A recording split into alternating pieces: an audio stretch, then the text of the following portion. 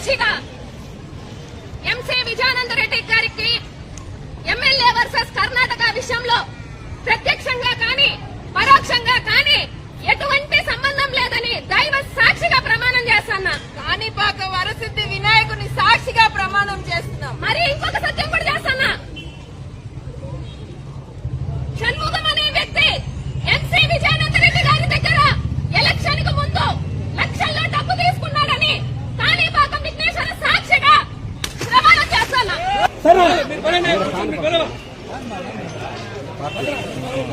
కాణిపాకం వరసిద్ధి వినాయక స్వామి సాక్షిగా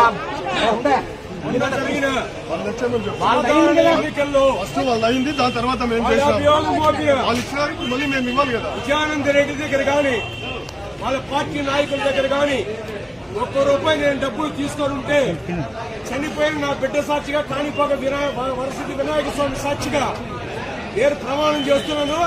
₹1 కాదు కదా, వాళ్ళు నా పైన తప్పుడు కేసులు పెట్టి హింసించి ఇబ్బంది పెట్టినా నన్ను అనేక రకాలుగా లొంగ తీసుకో ప్రయత్నం చేసినా తెలుగుదేశం పార్టీకే కట్టుబడిన ఆ పార్టీకే పని చేసిన తప్ప తప్పుడు అభియోగం లేదు. నా బిడ్డల మీద కాణిపాక